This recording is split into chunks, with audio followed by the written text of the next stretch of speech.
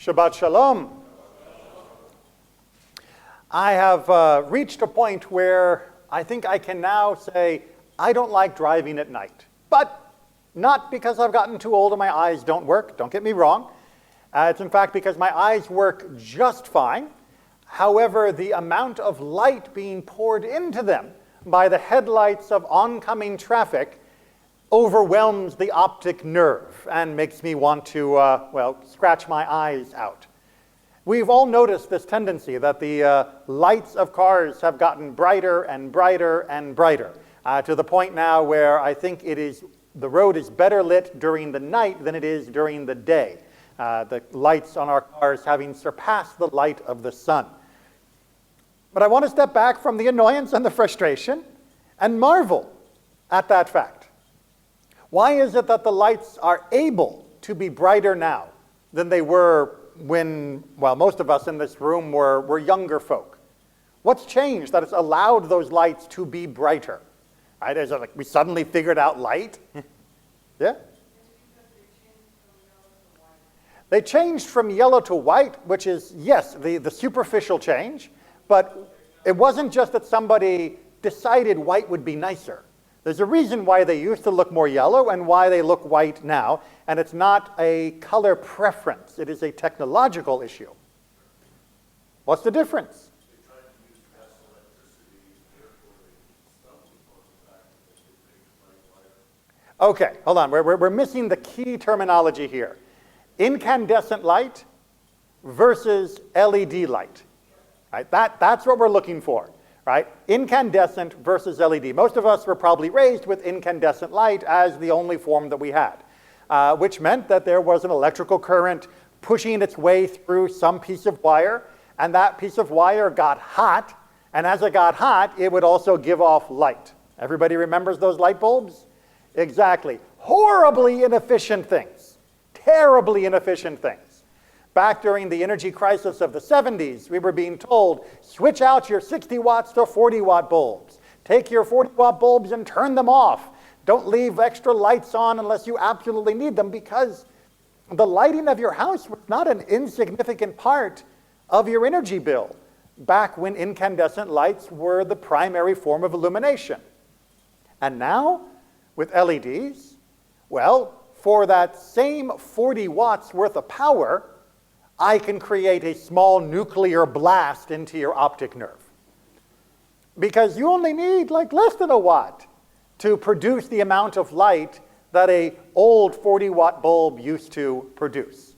But there is a unique human adaptation, one that we probably should work on getting rid of, much like the appendix, which is to say that when we have overcome a particular challenge, rather than resting on our laurels, having achieved an easier means of accomplishing our past goal, we take the excess energy and we put it into new endeavors, whether it be making it bigger and brighter, or whether it be making it fancier, or whether it be making something more luxurious or expensive. Lighting on our cars and in our homes is only one example. I dare you to go down your street and look at the lights outside the garage and see just how illuminating they are. Nobody needed that much light 50 years ago, but now that we can have that much light, we're going to have that much light, and the energy use is getting close to what it used to be. Because, if we could live with that much energy use before, why not pour it into more light now? We're seeing the issue here. Same thing happens, by the way, with safety procedures in cars. We put in seat belts, we put in anti-lock brakes, we put in lane control, we put in airbags, and people drive more recklessly and dumb than ever because there is a surplus of safety based upon all of these extra apparatus that are keeping us safe, so I don't need to be so careful. Well-documented psychological fact, and one that terrifies me every time I'm on the road. What does this have to do with Judaism? Well, when we look at this idea of light, and we scroll back not just 50 years ago when it was a small part of our power bill, but to 1,000, 2,000, 3,000 years ago, how much labor did it require to produce a significant number of light hours? to be able to light up your house after dark? What's that?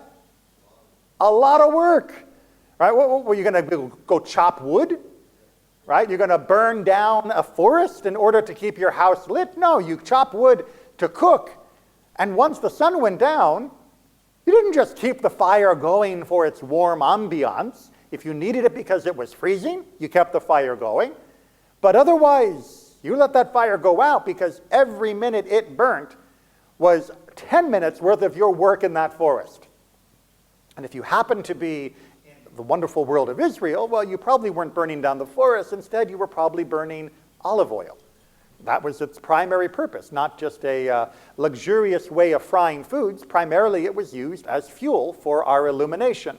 And again, if you want your olives to produce light for you, well, that means growing a tree, attending it for its entire life cycle, picking all the olives, gathering them up, crushing them, getting rid of all the impurities, and finally being able to use it for your oil. Again, that is a lot of work to keep a little lamp lit, which meant people generally didn't bother. It wasn't worth it. It was literally too expensive to just burn away light while sitting in your armchair in the evening in your home.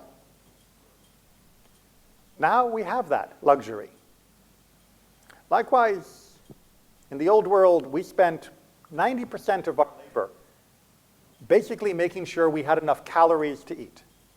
Most people worked incredibly hard, constantly, to make sure that their farm, their orchard, their herds would be able to provide the calories, the nutrition that they would need to get them through the entire year cycle.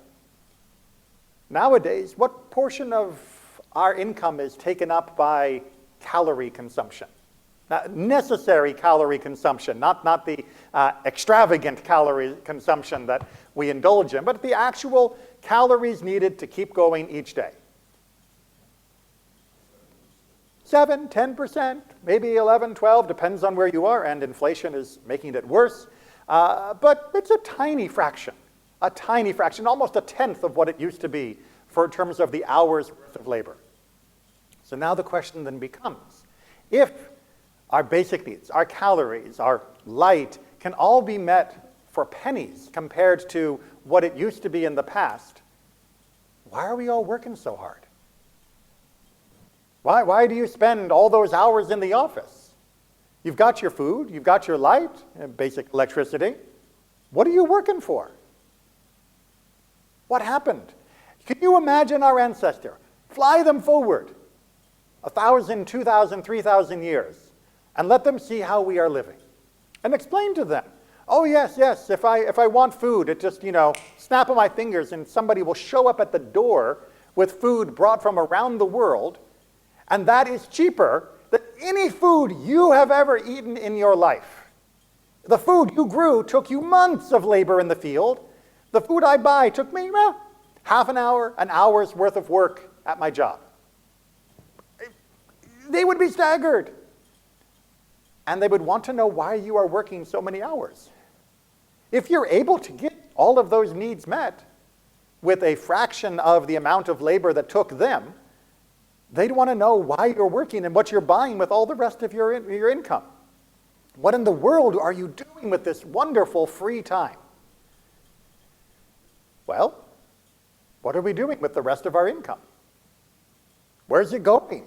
If we've become more and more efficient at meeting the needs that consumed every waking hour of our ancestors for the last, millions of years, since Homo sapiens first became sapient, if we only need a few minutes to be able to do what took them months, what are we doing with that extra time? Paying the rent. Where did our ancestors live? Well, in caves. Let's not go quite back all the way to 2 million, right? Although some of our Jewish ancestors did. They lived in houses that they had built on a piece of land that basically had been in their family forever. And if they needed a new extension, they would go grab more blocks, or they would get more lumber, and they would just haul it out and do it. And yes, they'd have to expand the house every now and then when there was a new addition to the family. But they weren't paying rent. It was done. You just had it. Okay, there was was also a small portion that was taken for taxes for the local king or emperor, depending upon where we were and what time. But now, our housing costs a much larger share of our effort than it ever did. We have flipped. We used to work in order to have food to eat, and now we work in order to have a place to eat our food. We now work to make sure that we are not homeless, more than we work to make sure that we are still alive. Our houses are a much larger consumer of our labor than ever before in our human history. But is that the only thing we work for these days? No, I'd be willing to wager that many of you, if you look carefully at your paycheck, would also find that you're working for a large amount for your health insurance. Whether it is money that your boss is paying that he could have paid you instead, the employer contribution, or whether it is money you are paying directly yourself, you're paying to stay alive in our healthcare system, orders of magnitude more than our ancestors ever would have imagined. I mean, granted, they didn't have doctors that could actually do much other than just say, eat better and get some rest. But we now know that even if you were to have a modest amount set aside, a few $100,000 in the bank account, if you did not have insurance and you got sick, how long would it take to wipe out, let's say, $100,000 worth of savings? 3 days in the hospital with a lot of tests? Right? With a surgery, you'd probably be in debt even if you had that 100 grand sitting in an emergency bank account. That is wonderful that we are able to stay alive, but it is also shocking that we have taken all of that surplus effort that used to go into just keeping ourselves alive with our food and have transferred it into, please don't let me die if I get sick. That we are working for necessities that used to be taken for granted. And the things that used to be the necessities, we take for granted. And somehow, over the last 100 years, we have not transferred the amazing promise of the efficiency of the industrial, technological, and now computer age into actually making our lives easier. Many families work more hours now than their ancestors would have 2, 3, 4, 5 generations ago. And this, Jewishly, is a crisis point. Because it means that we are forgetting what the actual purpose of our existence is. Because your farmer ancestors, your small shopkeepers in the Lower East Side, they understood something that many of us have forgotten. Why are we here? Are we here to meet our bills? Is that the reason that we exist? We were called into existence. God pulled us out of the void, allowed our soul to become part of this material plane so that we could pay bills. Is that the purpose? That's it? You work for most of your life, you retire, you deal with your health problems, and then you die. Yay. Our ancestors understood that that was not the purpose. The Torah understands that is not the purpose. The Exodus from Egypt tells you that's not the purpose. If the purpose of life was simply to work to pay the bills and never escape, well, then why did we need to not be slaves? Let us just stay in Egypt for all of our existence. What difference does it make if we're a slave to Pharaoh or we're a slave to a corporation? It's the same thing. Oh, maybe the corporation doesn't get to just kill our children directly, although moving us into a part-time scheme that allows our health insurance to lapse so that your children are not able to get proper treatment, that'll kill them just the same. But it's not as gross as chucking them into a river. It's much more sanitary. So what is the actual purpose of our existence? The purpose of our existence is to know God. I know that's not on the top of your bingo card. I know that's not what we normally sell. But understand that everything in our existence is there to allow us to understand and know God, to grow close to God through our lives, through our choices, through the way we live. And in order to do that, we need to be free. In order to do that, we need to maximize our experiences in this world, rather than confine ourselves into a small cubicle of life where all we do is run on the treadmill to keep the knife from decapitating us. Because while doing so, you're not able to truly understand God. Where is the time for study? Where is the time for prayer? Where is the time for experiencing the joys and the difficulties with your family, with your friends, with your community? Where is the time to walk outside, to marvel at God's creation, to learn from the stars, from the sea, to learn from the mountains and the deserts who God is, what God is, and where we fit within this grand world? We had to struggle in the past to get our necessities. We lack the technology to be able to put enough calories into our body, to put a roof over our head, and to be able to be basically secure. We have mastered those now. And yet we have trapped ourselves under a mountain of labor that continues to keep us from experiencing God in the fullest form. We have trapped ourselves under personal and communal expectations. You need to have 3 cars. You need to have a larger house. You need to be able to afford this, afford that.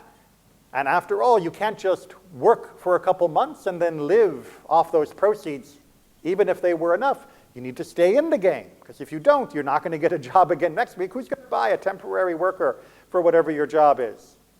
Who's going to buy your labor? You need to stay in and be a good, faithful employee. Work your way up that ladder in order to secure some kind of feeling that you will still be able to meet your obligations that are placed upon you next year. And what time does that leave for God? The few hours we can scrape together on Shabbat? The occasional study session? How much time do we have to just stop and marvel at ourselves, our families, our world? How much time do we have to explore? What would it take for you to be able to say, you know what, I'm going to take a month, and I really want to learn about some aspect of God's world. I want to learn about sharks, because I think they are amazing. Part of God's creation that has gotten such a bad reputation, and I'm going to delve into their biology, why they are so cancer resistant. What is it about them that they do in the food chain? How is it that God... Can you even imagine yourself doing that for something perhaps more interesting to you than sharks? How would you possibly... you'll wait till you retire. You'll wait till you're 65, 70? At what age do you get to retire? I keep talking about moving that back. Someone else will decide when you can finally spend the time to live the life that you wanted to live. We are living within an asylum. We are crazy to structure our lives this way.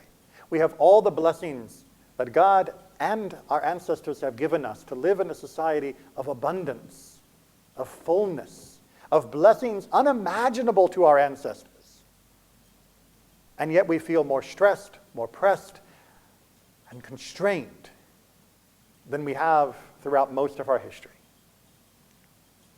We need to do better for ourselves, and we need to do better for each other. I'm not saying we're going to start a revolution here, but within yourself, look at your life and ask, how much effort am I putting in for which parts of my life?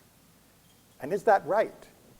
Are there changes I can make to diminish that pressure, to change the amount of weight that is needed for everything that I do? Is there something I can do together with my family, with my friends, my community, to help mitigate this stress? What can I do to break out of these chains that seem to be all around us, so that I can, even if only temporarily, experience more of why God called us into being? I have a small quibble with that prayer for peace that we read earlier.